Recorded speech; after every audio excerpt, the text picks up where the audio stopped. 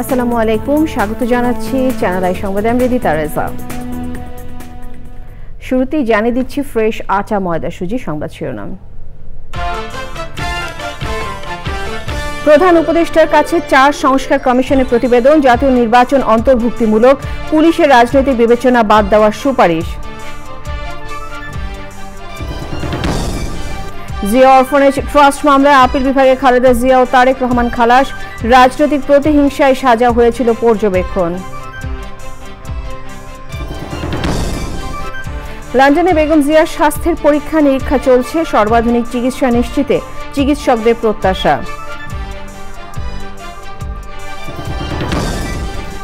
শেখ হাসিনার পরিবারের সদস্যদের বিরুদ্ধে দুদকের অনুসন্ধান শুরু, দুর্নীতির মাধ্যমে সাইমা ওয়াজেদের বিশ্ব স্বাস্থ্য সংস্থায় পদ পাওয়ার অভিযোগ। এবং জুলাই গণহত্যায় দায়ীদের দৃষ্টান্তমূলক শাস্তি নিশ্চিতে আশাবাদী আইন উপদেষ্টা, শেখ হাসিনার বক্তব্যই তার নির্দেশদাতা হওয়ার প্রমাণ বললেন চিফ প্রসিকিউটর।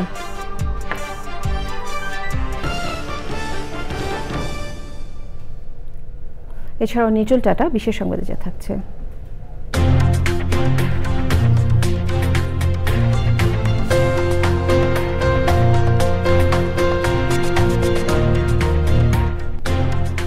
সৌদি আরবের জেদ্দায় হজ মেলা শুরুর খবর।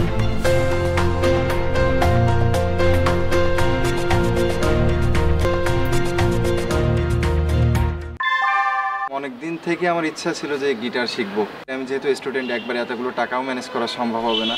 জানতে পারলাম বাবার মাধ্যমে যে বিকাশে সেভিংস করা যায়। এটা সবথেকে ভালো লাগে যে কম অ্যামাউন্ট দিয়েই করা যায়। ক্যাশ আউট করতে গেলে কোনো চার্জ লাগে না। বিকাশ অ্যাপে ডিপিএস টাকা জমায় সারা দেশ। সংবাদ শিরোনামগুলো জানাচ্ছিলাম। এখনকার এই সংবাদ আয়োজন একই সঙ্গে চ্যানেল আই এর ইউটিউব চ্যানেল এবং চ্যানেল আই এর ওটিটি প্ল্যাটফর্ম আই স্ক্রিনে লাইভ স্ট্রিম হচ্ছে। প্রধান উপদেষ্টা অধ্যাপক মোহাম্মদ ইউনূসের কাছে প্রতিবেদন জমা দিয়েছে ৪ সংস্কার কমিশন। সংবিধান, নির্বাচন ব্যবস্থা, পুলিশ প্রশাসন এবং দুর্নীতি দমন কমিশন সংস্কার কমিশনের প্রধান সহ অন্য সদস্যরা প্রধান উপদেষ্টার তেজগাঁও কার্যালয়ে এই রিপোর্ট জমা দেন। প্রধান উপদেষ্টা বলেছেন, প্রতিবেদনগুলো নিয়ে সবার সাথে আলোচনা করে সিদ্ধান্ত নেবে সরকার। চকর মালিথা রিপোর্ট। সকালে প্রধান উপদেষ্টার তেজগাঁ কার্যালয়ে প্রতিবেদন নিয়ে আসেন সংবিধান, নির্বাচন ব্যবস্থা, পুলিশ প্রশাসন এবং দুর্নীতি দমন সংস্কার কমিশনের প্রধান সহ অন্য সদস্যরা। বেলা 11:30টার পর প্রধান উপদেষ্টার কাছে এক এক করে রিপোর্ট জমা দেন তারা। সে সময় উপস্থিত সবার উদ্দেশ্যে প্রধান উপদেষ্টা অধ্যাপক মোহাম্মদ ইউনূস বলেন, ইতিহাসের অংশ হয়ে থাকবে কমিশনের এই রিপোর্ট। আজকের এই অনুষ্ঠান সেই ইতিহাসের অংশ, এটা কোনো বিচ্ছিন্ন রিপোর্ট দেওয়ার বিষয় না। আমরা সেই ইতিহাসকে ধারণ করতে পারছি কিনা এবং সেটা সামনে নিয়ে যেতে পারছি কিনা, তার যে অঙ্গীকার ছিল, সেই ইতিহাসের যে অঙ্গীকার ছিল, সেই অঙ্গীকারটা আমরা পূরণ করতে পারছি কিনা, সেটাই আজকে আমাদের প্রশ্ন এবং আমাদের আত্মবিশ্বাস হতে হবে যে আমরা এ বিষয়ে সবাইকে নিয়ে আলোচনার কথা বলেন প্রধান উপদেষ্টা। এটার মাধ্যমে আমরা আলোচনা শুরু করব সবার সঙ্গে, যে সবার মন এর মধ্যে সায় দিচ্ছে কিনা, অঙ্গীকারগুলো পূরণ হচ্ছে কিনা। এটা হলো আলোচনার রসদকে আপনারা তৈরি করে দিয়েছেন। সেই আলোচনার পরবর্তী অধ্যায়টা কি হবে সেটাও আমরা জেনে রাখি। এটা মতৈক্য প্রচেষ্টা হবে, সবাই একমত হবেন, কিন্তু কিছু অংশে একদম একমত হবে। নির্বাচন প্রসঙ্গেও কথা বলেন তিনি। ভবিষ্যতে যে নির্বাচন হবে এটার ভিত্তিতে, এই চার্টারের ভিত্তিতে, সেটাও যেন একটা ঐক্যমতের সরকার হয়, যে চার্টারকে আমরা ধরে রেখেছি, তার যত কিছু হোক এটা যেন আমাদের হাত থেকে ছেড়ে দেবে। তাহলে এই স্বপ্নের যে কন্টিনিউটি সেটা থাকবে কি করে। আবারও ঐক্যমতের উপর জোর দিলেন প্রধান উপদেষ্টা। চকর মালিথা, চ্যানেল আই, ঢাকা। প্রধান উপদেষ্টা অধ্যাপক ডক্টর মোহাম্মদ ইউনূসের কাছে সংস্কার কমিশনের জমা দেওয়ার প্রতিবেদনে আগামী জাতীয় নির্বাচন অন্তর্ভুক্তিমূলক করার প্রস্তাব দিয়েছে নির্বাচন সংস্কার কমিশন। আর পুলিশের চাকরিতে রাজনৈতিক বিবেচনা বাদ দেওয়ার সুপারিশ করেছে পুলিশ সংস্কার কমিশন। ওবায়দুর রশিদের রিপোর্ট।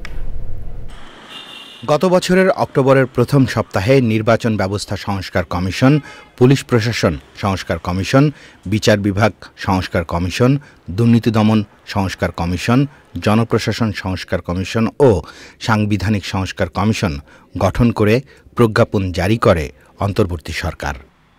কমিশনগুলোর মধ্যে 4টি কমিশনের প্রধানরা তেজগাঁওয়ে প্রধান উপদেষ্টার কার্যালয়ে প্রতিবেদন জমা দেন। আমরা কতগুলো প্রস্তাব করেছি যেগুলো ওই যে পরিস্থিতিটাকে আরো উত্তপ্ত করতে সহায়তা করবে। নির্বাচনটা যেন অন্তর্ভুক্তিমূলক হয়, ভোটারদের যেন ভোট দেওয়ার অধিকার প্রতিষ্ঠিত হয়। আমার অফিসে আবু সাইদের একটা ছবি ছিল, সেই ছবির নিচে বসে 8 জন সহকর্মী মিলে 3 মাস ধরে যে প্রচেষ্টাটি চালিয়েছি, কিন্তু এর পেছনে আছে অন্তত পক্ষে 1 লাখ লোকের মতামত। দুদককে শক্তিশালী করতে রাজনীতি ও আমলাদের ওপর নির্ভরতা কমিয়ে 47টি সুপারিশ করেছে দুদক সংস্কার কমিশন। দুর্নীতি দমন কমিশনের মতো প্রতিষ্ঠান কোন দেশে একক মতো বাংলাদেশেও এককভাবে দুর্নীতি নিয়ন্ত্রণ করতে পারে না। তার উপরে কেন্দ্রীয় দায়িত্ব দুর্নীতি নিয়ন্ত্রণের, কিন্তু তার জন্য একটা উপযোগী রাষ্ট্রীয় এবং সামাজিক পরিবেশ লাগে। পুরো রাষ্ট্র এবং সমাজকে সম্পৃক্ত করতে হয়। চাকরি প্রার্থীদের আত্মীয়স্বজন রাজনীতি করে কিনা এটা দেখা হতো। 1928 সালের এই এসবি ম্যানুয়াল, সেটা আমরা পরীক্ষা নিরীক্ষার পরে এসবির পক্ষ থেকে আমরা আলোচনা করি, এসবির সাথে আলোচনা করে আমরা একটা সুপারিশ করেছি যে যাতে ইজিয়ার হয় ভবিষ্যতে। বিচার বিভাগ সংস্কার কমিশন ও জনপ্রশাসন সংস্কার কমিশনের প্রতিবেদন জমা দেওয়ার সময় বাড়িয়েছে অন্তর্বর্তী সরকার। Obaidul Rashid, channel I, Dhaka. সংস্কার কমিশনের প্রতিবেদন নিয়ে সকল রাজনৈতিক দলের সাথে আলোচনা করে ঐকমত্যের ভিত্তিতে পরবর্তীতে আইন প্রণয়ন করা হবে বলে জানিয়েছেন আইন উপদেষ্টা অধ্যাপক আসিফ নজরুল। বিকেলে প্রধান উপদেষ্টার প্রেস উইং এর সংবাদ সম্মেলনে পরিবেশ উপদেষ্টা সৈয়দা রিজওয়ানা হাসান বলেন, 31 জানুয়ারির মধ্যে সব সংস্কার কমিশন রিপোর্ট জমা দিলেও রিপোর্টগুলো সমন্বয় করতে আরো 1 মাস সময় লাগবে। এরপর ফেব্রুয়ারির মাঝামাঝি থেকে রাজনৈতিক দলগুলোর সাথে সংলাপ করবে সরকার।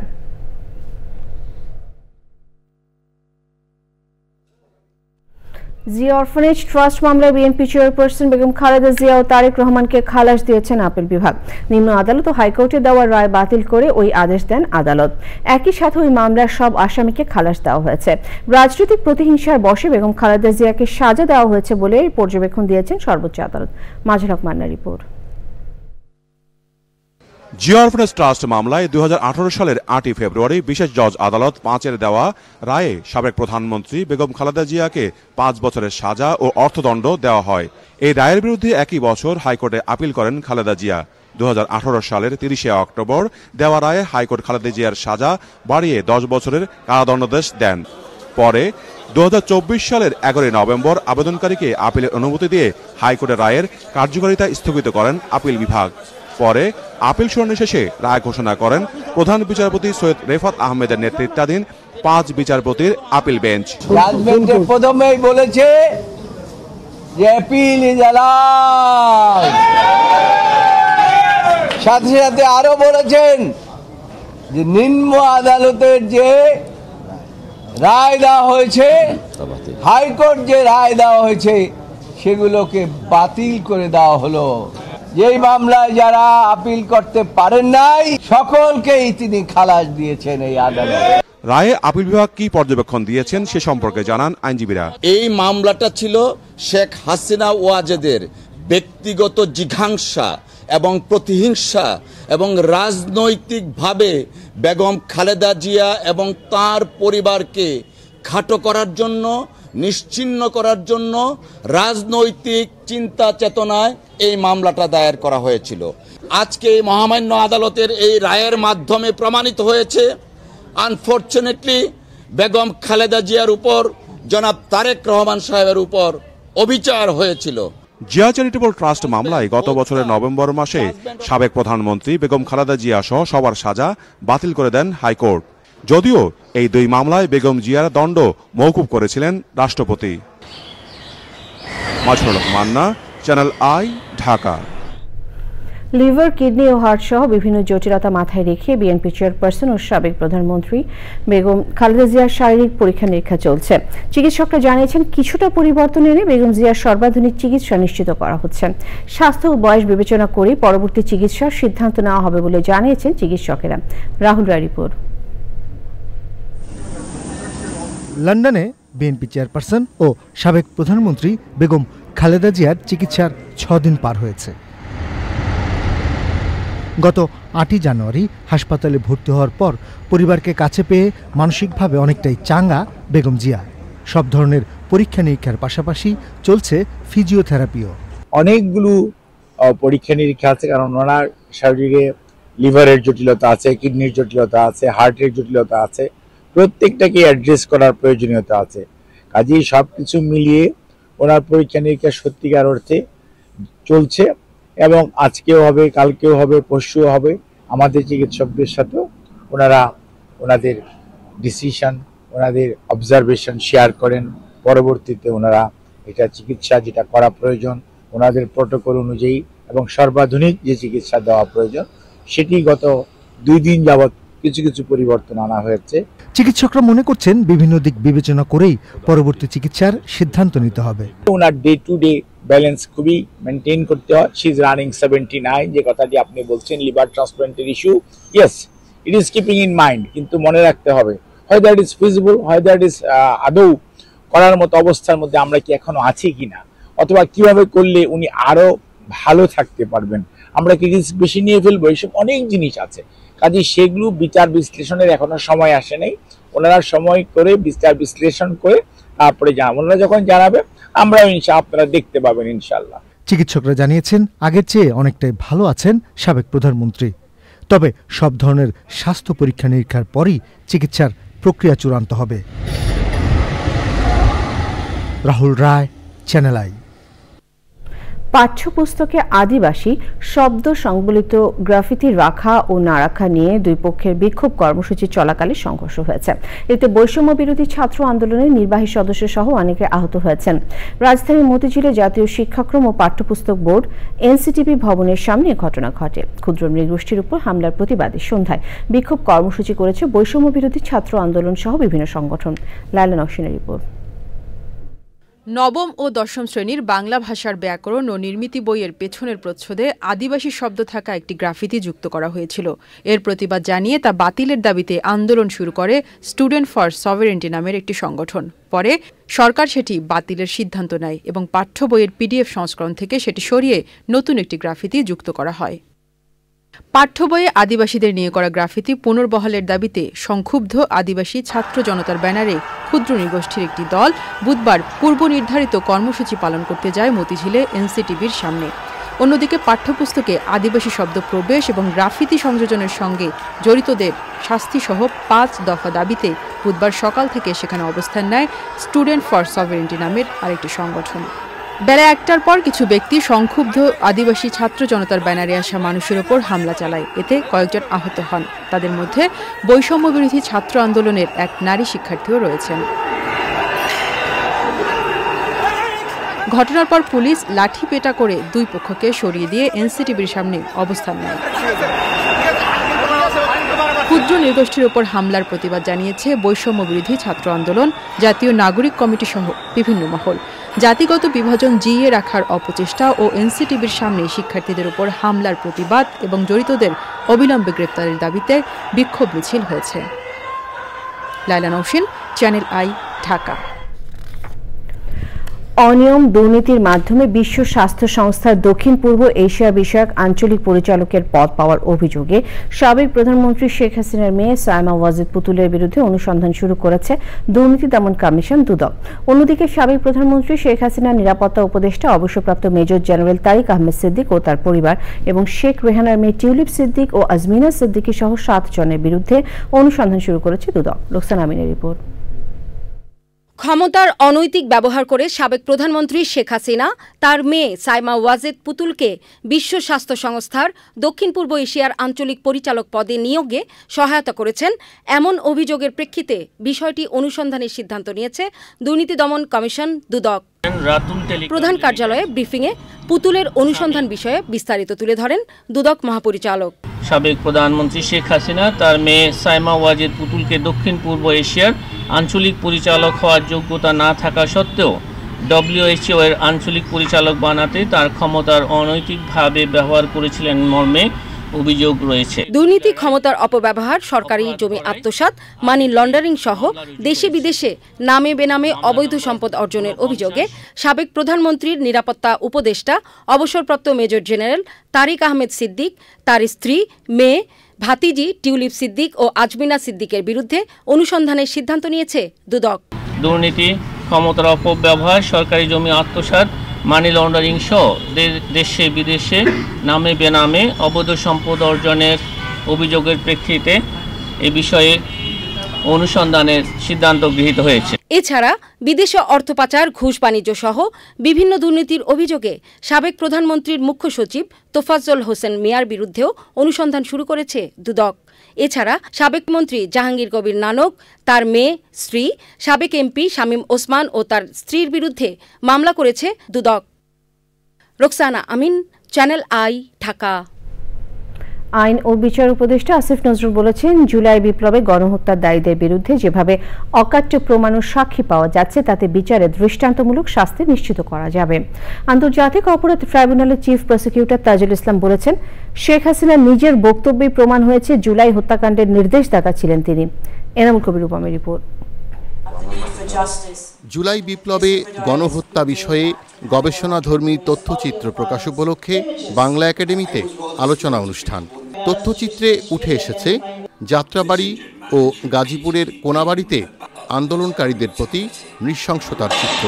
সেখানে কথা বলেন নিহতদের পরিবার সদস্যরা। আপনাদের কাছে আমার একটাই দাবি, আমার ভাইয়ের লাশটা।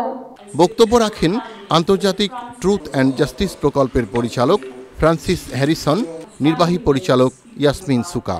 যে কোনো মূল্যে বিচার কাজে স্বচ্ছতা আনার কথা বলেছেন আইন উপদেষ্টা। বাংলাদেশের বুকে যেরকম একজন সীমা এরকম জন্ম নিয়েছিল, এইভাবে নিজের দেশের মানুষকে হত্যা করতে পারে, দেখি নিজের চোখে দেখি, জানি এটা হয়েছে, তারপর বিশ্বাস হতে বলা যায় না। এত অকাট্য প্রমাণ আছে, এত সাক্ষী আছে, ডিউ প্রসেস মেনটেন করে আমরা ইনশাআল্লাহ যতটুকু সম্ভব বিচার করতে পারবো। চিফ প্রসিকিউটর বলেছেন, জুলাই হত্যাকাণ্ডের গায়েবী নির্দেশ কোথা থেকে এসেছিল তা নিশ্চিত করা না গেলে বিচার বিঘ্নিত হবে। হেলিকপ্টার দিয়ে অপারেশন চালানো হয়েছে, হেলিকপ্টার থেকে অস্ত্র ব্যবহার করা হয়েছে কি হয়নি সেটা প্রমাণের আগেই প্রধানমন্ত্রী তদানীন্তন ডিক্টেটর তিনি কিন্তু বলেছিলেন যে হেলিকপ্টার দিয়ে আমি পানি ছিটিয়েছি। তিনি কিন্তু স্বীকার করেছেন যে তিনি হেলিকপ্টার ব্যবহার করেছেন, তার মানে নির্দেশনাটা তার কাছ থেকে এসেছিল। এখন এই হেলিকপ্টার ব্যবহার করে পানি ছিটানো হয়েছিল না গুলি ছিটানো হয়েছিল সেগুলো তদন্তে প্রমাণ করার বিষয় আছে। জুলাই বিপ্লবের শহীদদের সংখ্যা এখনো নিশ্চিত করা যায়নি বলে জানানো হয় অনুষ্ঠানে। Enamul Kabir Rupam, channel I, Dhaka. Social marketing company এসএমসির 50 বছর পূর্তি অনুষ্ঠানে বক্তারা বলেন, জনগণের দোরগোড়ায় মুখে খাওয়া স্যালাইন পৌঁছে দেওয়া এই ব্র্যান্ডটি প্রজনন, স্বাস্থ্য ও পরিকল্পিত পরিবার গঠনের উপকরণ যোগান দিতেও গৌরবের অংশীদার। আগামীতে দেশের স্বাস্থ্য খাতে আরও গুরুত্বপূর্ণ ভূমিকা রাখতে এসএমসি কাজ করবে বলে জানিয়েছে কর্তৃপক্ষ। জাহাদুল বাক্কা কেকার রিপোর্ট। 1975 সালে ইউএসএআইডির আর্থিক সহায়তায় বাংলাদেশ সরকার ও যুক্তরাষ্ট্র ভিত্তিক পপুলেশন সার্ভিসেস ইন্টারন্যাশনালের যৌথ উদ্যোগে শুরু হয় family planning social marketing project. সময়ের ধারাবাহিকতায় 1990-এ সোশ্যাল মার্কেটিং কোম্পানি এসএমসি নামে সেই প্রতিষ্ঠানটির গৌরবের 50 বছরের পথ চলা। 50-এর উচ্ছ্বাসে একসাথে আগামীতে স্লোগানে 5 দশক পূর্তি উদযাপন উপলক্ষে মিট দ্য প্রেস। বাংলাদেশের জন্ম নিয়ন্ত্রণের উদ্যোগ শত বাধাবিঘ্ন পেরিয়ে আজ বিস্তৃত সারা দেশে। আমরা নিরবিচ্ছিন্নভাবে কাজ করে যাচ্ছি দেশের প্রতিটি ঘরে সুস্থ মা ও শিশু নিশ্চিত করতে। সংশ্লিষ্টরা বলছেন, ডায়রিয়াজনিত শিশু মৃত্যু কমানোর পাশাপাশি প্রজনন স্বাস্থ্য ও সেবা উপকরণ সহজলভ্য করার কাজেও সাফল্য রয়েছে এসএমসির। মিলিয়নস এন্ড মিলিয়নস পরিবার পরিকল্পনা পদ্ধতি ব্যবহারকারী যারা এসএমসির উপর ডিপেন্ড করে, বাংলাদেশে প্রায় 800,000 প্রেগনেন্ট মা যাদেরকে আমরা কিন্তু সেবা দেই, তাদের এই গর্ভকালীন সেবা আমাদের কাছ থেকে পায়। প্রতিটি মা সেন্টারে গিয়ে ডেলিভারি করুক। 35% কিন্তু প্রেগনেন্ট মা এখনো সেন্টারে স্বাস্থ্য সেবা কেন্দ্রে গিয়ে ডেলিভারি হয় না, এবং এইটা যদি করতে পারি তাহলে মৃত্যু ঝুঁকি মাদের অনেক কমে যাবে। আগামীর কর্মপরিকল্পনায় স্বাস্থ্য খাতে গুরুত্বপূর্ণ এই অংশীদারিত্ব অব্যাহত রাখায় এসএমসির অঙ্গীকার বলছেন সংশ্লিষ্টরা। $13,000 blue star. Jannatul Bakiya Keka, channel I, Dhaka. প্রবীণ সাংবাদিক, স্বাধীনতা পরবর্তী বাসাসের বার্তা সম্পাদক আমিনুল ইসলাম বেদুর নামাজে জানাজা চ্যানেল আই প্রাঙ্গণে অনুষ্ঠিত হয়েছে। জাতীয় প্রেস ক্লাবে অনুষ্ঠিত তৃতীয় জানাজার নামাজ শেষে আমিনুল ইসলাম বেদুর মরদেহ তার ইচ্ছে অনুযায়ী চিকিৎসা গবেষণা কাজে ব্যবহারের জন্য ঢাকা মেডিকেল কলেজে দান করা হয়েছে। ইফতেখার উদ্দিনের রিপোর্ট। রোববার ভোর ৫টায় রাজধানীর একটি হাসপাতালে মারা যান স্বাধীনতা পরবর্তী বাংলাদেশ সংবাদ সংস্থা বাসসের প্রধান সম্পাদক এবং বহুল আলোচিত সাপ্তাহিক সাম্প্রতিকের প্রতিষ্ঠাতা ও প্রকাশক আমিনুল ইসলাম বেদু। তিনি ডায়াবেটিক্স ও হার্টের সমস্যা সহ বার্ধক্যজনিত নানা রোগে ভুগছিলেন। উত্তরা ৩ নম্বর সেক্টর জামে মসজিদে প্রথম নামাজে জানাজা শেষে আমিনুল ইসলাম বেদুর মরদেহ আনা হয় চ্যানেল আই প্রাঙ্গণে। জানাজায় অংশ নেন মরহুমের পরিবারের সদস্য ও চ্যানেল আই সহকর্মী, সাংবাদিক ও শুভাকাঙ্ক্ষীরা। আমরা চ্যানেল আই একটা পরিবার হিসাবে নিজেদেরকে ভাবতে ভালোবাসি, তো সেই পরিবার থেকে আমার বাবাকে যে আজকে এই সম্মানটা দিচ্ছে, এই জন্য আমি চ্যানেল আই সবার কাছে, বিশেষ করে সিরাজ ভাইয়ের কাছে অসংখ্য কৃতজ্ঞ। আমরা আশা করি যে আপনারা আমার আব্বার জন্য দোয়া করবেন। 1930 সালে চট্টগ্রামে জন্ম নেওয়া এই সাংবাদিক দীর্ঘ 3 যুগেরও বেশি দেশি বিদেশি নানা গণমাধ্যমে কাজ করেছেন। জাতীয় রবীন্দ্র একাডেমি প্রতিষ্ঠা ও দেশের সাংস্কৃতিক আন্দোলনে গুরুত্বপূর্ণ ভূমিকা পালন করেন আমিনুল ইসলাম বেদু। Iftekhar Uddin, channel I, Dhaka. নগর জীবনের 4 দেয়ালের মাঝে থেকে নিরাপদ খাদ্য আর সুস্থ থাকা নিশ্চিত করতে অনেকেই উদ্যোগী হয়েছেন ভবনের ছাদে ছাদ কৃষি করতে। তাদের একজন ঢাকা সিদ্ধেশ্বরী মাসুদা আক্তার। তবে তিনি বলেছেন, ছাদ কৃষি চর্চা করতে গিয়ে বেশ কিছু সীমাবদ্ধতার মুখোমুখি হতে হচ্ছে। বিস্তারিত জানাচ্ছেন শাইখ সিরাজ। ঢাকার সিদ্ধেশ্বরীতে 2700 বর্গফুট আয়তনের এই ছাদ কৃষির আয়োজনটি শুরু হয় 2016 সালে। উদ্যোক্তা মাসুদা আক্তার ফ্ল্যাটে থেকেও শারীরিক এবং মানসিক সুস্থ থাকার প্রত্যাশায় এবং নিরাপদ খাদ্যের অন্বেষণে যুক্ত হয়েছেন এই ফল ফসল উৎপাদনে। এখন যে সবজির ভিতরে যে ভেজাল শুরু হয়েছে, যে কীটনাশক, এই কীটনাশকের জন্য বিভিন্ন কিডনির সমস্যা দেখা দিছে। বিশেষ করে আমার আত্মীয়র মধ্যেই 5-7 জনের হয়ে গেছে কিডনির সমস্যা, যার জন্য এখন এই সবজির প্রতি ঝোঁক দিছে, যতটুকুই করতে পারি নিরাপদ খাইতে পারি। এক পাশে ফল ফলাদি আর অন্য পাশে সবজির ফসল, দেখতে একেবারে সবজি ক্ষেতের মতো। এখান থেকে মিটছে পরিবারের সবজি চাহিদার অনেকটাই। এই মরশুমে কত পার্সেন্ট শাকসবজি আপনাকে কিনতে হয়েছে আর কতটুকু আপনি আমার নিজের ছাদ কৃষি থেকে পাইছেন? 50% বাগান থেকে আসে। উদ্যোক্তার দাবি, সবুজ নগর গড়তে ছাদ কৃষির এই চর্চাকে ধরে রাখতে পৃষ্ঠপোষকতার প্রয়োজন।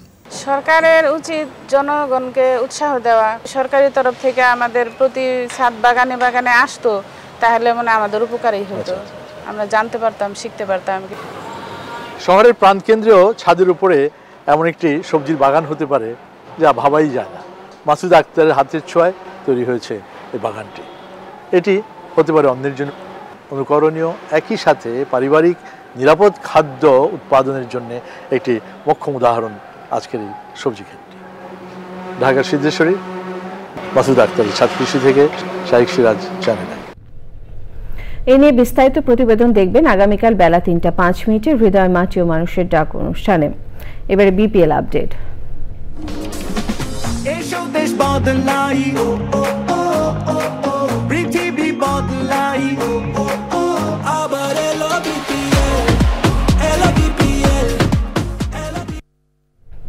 বিপিএল এর চট্টগ্রাম পর্ব শুরু হওয়ার আগের দিন দেখা দিয়েছে নতুন সংকট। ফ্র্যাঞ্চাইজির কাছে বকেয়া পাওনা পরিশোধের দাবিতে দুর্বার রাজশাহী ক্রিকেটাররা দুপুরে অনুশীলন বর্জন করে না খেলার হুমকি দিয়েছেন। সংকট উত্তরণে চট্টগ্রাম পৌঁছে আলোচনা শুরু করেছেন বিসিবি সভাপতি ফারুক আহমেদ।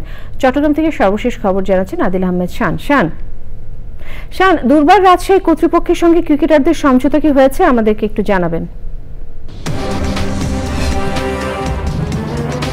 আপনি সমঝোতার কথা যখন বলছেন, আসলে এই মুহূর্তে কিন্তু এখনো মিটিংয়ে ব্যস্ত কিন্তু বিসিবি সভাপতি ফারুক আহমেদ। আর কিছুক্ষণ আগেও একটা ব্যাপার আমরা দেখেছি যে কতটা আর্থিক সংকটের মধ্যে আসলে বলতে গেলে আছে দুর্বার রাজশাহীর যিনি হেড কোচ পাকিস্তানের এজাজ আহমেদ, তাকে কিন্তু আমরা দেখেছি সিএনজি করে তার সহকারী কোচের সঙ্গে কিন্তু তারা কিন্তু রেডিসন ব্লুর ভিতরে ঢুকেছেন। অর্থাৎ টাকা নিয়ে কিন্তু খুব ধরনেরই একটা বাস্তব পক্ষে আসলে যেই এখন পর্যন্ত যদি বলি যে দুর্বার রাজশাহীর ফ্র্যাঞ্চাইজির কাছ থেকে এখন পর্যন্ত 1 টাকাও বুঝে পায়নি দুর্বার রাজশাহীর কোনো ক্রিকেটার। এবং প্রথম ফেজে এখন পর্যন্ত যে চেকগুলো দেওয়া হয়েছে সেই চেকটি পর্যন্ত ব্যাংকে যাওয়ার পর সেটা বাউন্স হয়ে ফেরত এসছে। এরপরই তার প্রচণ্ড ক্ষিপ্ত হয়ে গিয়েছিল দুর্বার রাজশাহীর ক্রিকেটাররা। এবং আজকে সকালে যে প্র্যাকটিসটি ছিল, আমরা এই মুহূর্তে আমি কাজীর স্টেডিয়ামের সামনেই আছি, কারণ এক পাশে রেডিসন ব্লু আর অন্য পাশে স্টেডিয়াম রয়েছে। আর সেই স্টেডিয়ামে আজকে সকাল 10টায় প্র্যাকটিস ছিল, সেই প্র্যাকটিসে কেউ যায়নি। পরবর্তীতে কর্তৃপক্ষ মিডিয়া ম্যানেজার আমাদেরকে জানিয়েছে যে তাদের খেলোয়াড়দের বিশ্রাম দেওয়া হচ্ছে। আসলে কথাটা ছিল সম্পূর্ণই মিথ্যে কথা। পরবর্তীতে আসলে আরও নাম প্রকাশ করতে চাইনি এমন কিছু ক্রিকেটারদের সঙ্গে আসলে আমরা কথা বলেছি, তারা কিন্তু আসলে জানিয়েছে ভাই নামটা বললেন না, আসলে আমরা এত কষ্ট করে খেলছি, জান প্রাণ দিয়ে খেলছি, কিন্তু আমাদের কোনো টাকা আমাদেরকে তারা দেয়নি। সুতরাং এরপরে আসলে তারা না খেলার হুমকি দেয় এবং পরবর্তীতে এই বিষয়টি বিসিবি সভাপতির নজরে আসে এবং তিনি কালকে আসার কথা, আজকের দিনই এসে সেই সংকট সমাধানের চেষ্টা করছেন। রীতিতা, এই ছিল আমার কাছে চট্টগ্রামের সবশেষ আপডেট বিপিএল নিয়ে। শান, ধন্যবাদ আপনাকে। ভাটারা থানার অস্ত্র মামলায় জাতীয় রাজস্ব বোর্ডের সাবেক সদস্য মতিউর রহমানের 3 দিনের রিমান্ড মঞ্জুর করেছেন আদালত। অন্যদিকে তার প্রথম স্ত্রী সাবেক উপজেলা চেয়ারম্যান লায়লা কানিজের রিমান্ড শুনানি রোববার ধার্য করে কারাগারে পাঠানো হয়েছে। দুপুরে অস্ত্র মামলায় মতিউরের 10 দিন ও দুদকের মামলায় তার স্ত্রী লায়লা কানিজের 7 দিনের রিমান্ড আবেদন করেন তদন্তকারী কর্মকর্তা। শুনানি শেষে আদালত এই আদেশ দেন। ডিএমপির উপকমিশনার মোহাম্মদ তালিবুর রহমান জানান, মতিউর রহমান ও তার স্ত্রী লায়লা কানিজকে রাজধানী বসুন্ধরা থেকে গ্রেফতার করে গোয়েন্দা পুলিশ ডিবি। এই দম্পতির বিরুদ্ধে একাধিক মামলা রয়েছে। অবৈধ সম্পদ অর্জন ও সম্পদের তথ্য গোপনের অভিযোগে 6 জানুয়ারি মতিউর রহমান ও তার স্ত্রী লায়লা কানিজ, তাদের ছেলে তৌফিকুর রহমান ও মেয়ে ফারজানা রহমানের বিরুদ্ধে মামলা করে দুদক।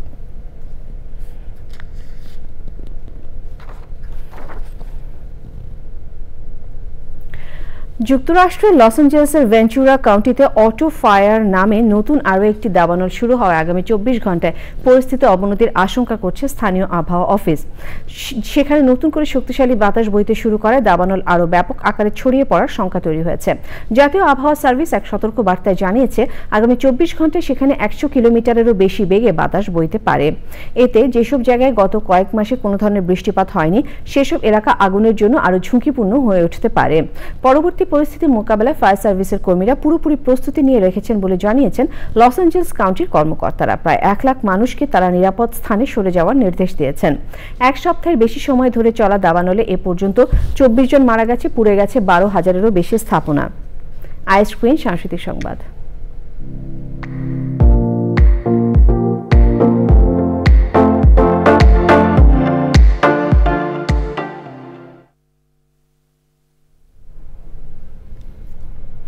বিনোদনের দুনিয়া ওটিটি প্ল্যাটফর্ম আইস্ক্রিন দর্শকদের জন্য এবার আইস্ক্রিন নিয়ে আসছে শাকিব খান অভিনীত সিনেমা দরদ।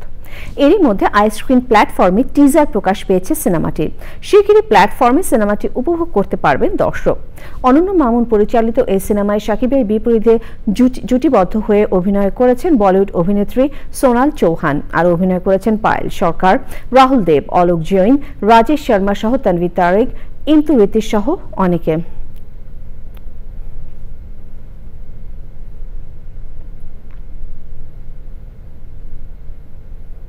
নিটল টাটা বিশেষ সংবাদ।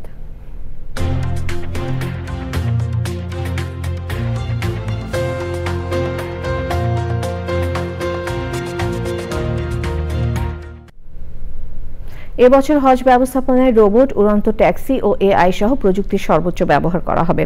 1 ফেব্রুয়ারি থেকে সৌদি আরবে ভ্রমণকারীদের জন্য মেনিনজাইটিসের টিকা বাধ্যতামূলক করার মাধ্যমে সৌদি আরবের জেদ্দায় শুরু হয়েছে 3 দিনের হজ মেলা।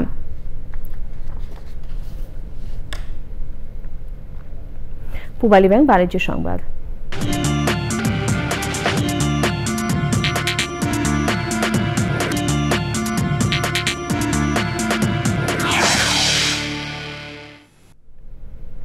ঢাকা স্টক এক্সচেঞ্জে আজ লেনদেনে নিম্নমুখী প্রবণতা দেখা গেছে। আগের কার্যদিবসের চেয়ে ডিএসইএক্স সূচক 8 পয়েন্ট কমে 5142 পয়েন্টে দাঁড়িয়েছে। কমেছে বেশিরভাগ কোম্পানির শেয়ারের দাম। হাতবদল হয়েছে 396টি কোম্পানি, 406 কোটি 76 লাখ টাকা শেয়ার ও মিউচুয়াল ফান্ড, যা আগের কার্যদিবসের চেয়ে 55 কোটি 65 লাখ টাকা বেশি। এর মধ্যে দাম বেড়েছে 145টি, কমেছে 182টির এবং অপরিবর্তিত রয়েছে 69টি কোম্পানির শেয়ারের দাম।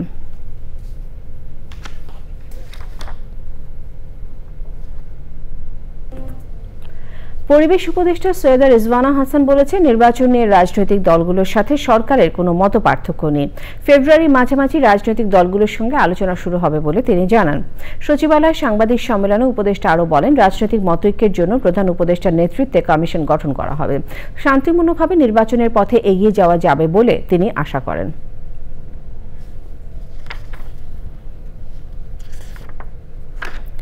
বিএনপির ভারপ্রাপ্ত চেয়ারম্যান তারেক রহমানের নির্দেশনায় তেজগাঁও থানা বিএনপির 25 ও 26 নম্বর ওয়ার্ডের উদ্যোগে শীতার্ত মানুষের মাঝে কম্বল বিতরণ করা হয়েছে। দুপুরে নাখালপাড়া লুকাস মোড় ও তেজগাঁও রেলগেট এলাকায় এই কম্বল বিতরণ করা হয়। অনুষ্ঠানে প্রধান অতিথি ছিলেন ঢাকা মহানগর উত্তর বিএনপির সাবেক যুগ্ম আহ্বায়ক আনোয়ারুজ্জামান আনোয়ার। উপস্থিত ছিলেন এল রহমান, মোজাম্মেল হক সেলিম, মিরাজউদ্দিন হায়দার আরজু, মুজিবুর রহমান, কুতুবুদ্দিন স্বপন সহ অন্য নেতাকর্মীরা।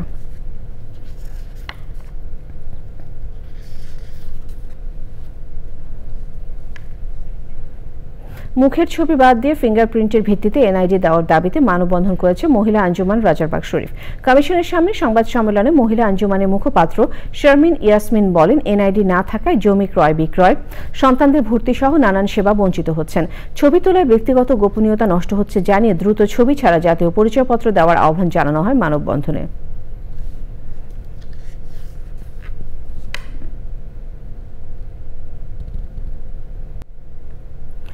বিসিবি, ফুটবল ফেডারেশন সহ সব ক্রীড়া প্রতিষ্ঠানে এখনো স্বৈরাচারের দোষরা বহাল আছে মন্তব্য করে ঢাকা মহানগর উত্তর বিএনপির আহ্বায়ক আমিনুল হক বলেন, মুখে সংস্কারের কথা বলে কাজের সাথে মিল না থাকলে জনগণ তা ভালোভাবে নেবে না। রাজধানীর পল্লবীতে সিটি ক্লাব মাঠে জিয়া ক্রিকেট টুর্নামেন্টের উদ্বোধন করে গণমাধ্যমকে তিনি এসব কথা বলেন। এই সময় তিনি আরো বলেন, বিগত আওয়ামী সরকারের আমলে ক্রীড়াঙ্গনকে দলীয়করণ করা হয়েছে, এতে মেধাবী খেলোয়াড় তৈরি হয়নি। তাই নতুন আর মেধাবী খেলোয়াড় তৈরিতে এই টুর্নামেন্টের আয়োজন।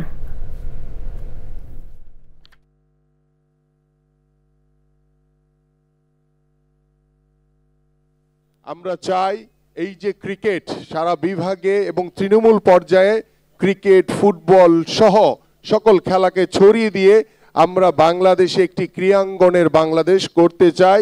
আমরা যুব সমাজকে, তরুণ প্রজন্মকে মাঠে আকৃষ্ট করে আমরা একটি সুন্দর সমৃদ্ধশালী বাংলাদেশ গড়তে চাই। সবশেষে ফ্রেশ আটা, ময়দা, সুজি সংবাদ শিরোনামগুলো আরো একবার। প্রধান উপদেষ্টার কাছে 4 সংস্কার কমিশনের প্রতিবেদন, জাতীয় নির্বাচন অন্তর্ভুক্তিমূলক, পুলিশের রাজনৈতিক বিবেচনা বাদ দেওয়ার সুপারিশ। জিয়া অরফানেজ ট্রাস্ট মামলায় আপিল বিভাগের খালেদা জিয়া ও তারেক রহমান খালাস, রাজনৈতিক প্রতিহিংসায় সাজা হয়েছিল পর্যবেক্ষণ। লন্ডনে বেগম জিয়ার স্বাস্থ্যের পরীক্ষা নিরীক্ষা চলছে, সর্বাধুনিক চিকিৎসা নিশ্চিতে চিকিৎসকদের প্রত্যাশা।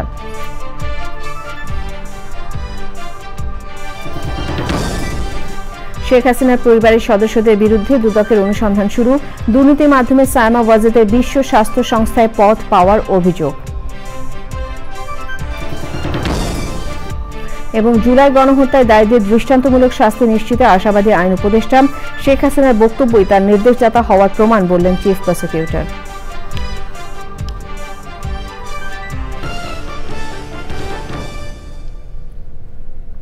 চ্যানেলের সর্বশেষ সংবাদ জানতে ভিজিট করুন চ্যানেলেঅনলাইন.com-এ। যুক্ত থাকুন আমাদের সোশ্যাল মিডিয়া প্ল্যাটফর্মগুলোর সাথে। শেষ করছি চ্যানেলের সংবাদ। ধন্যবাদ।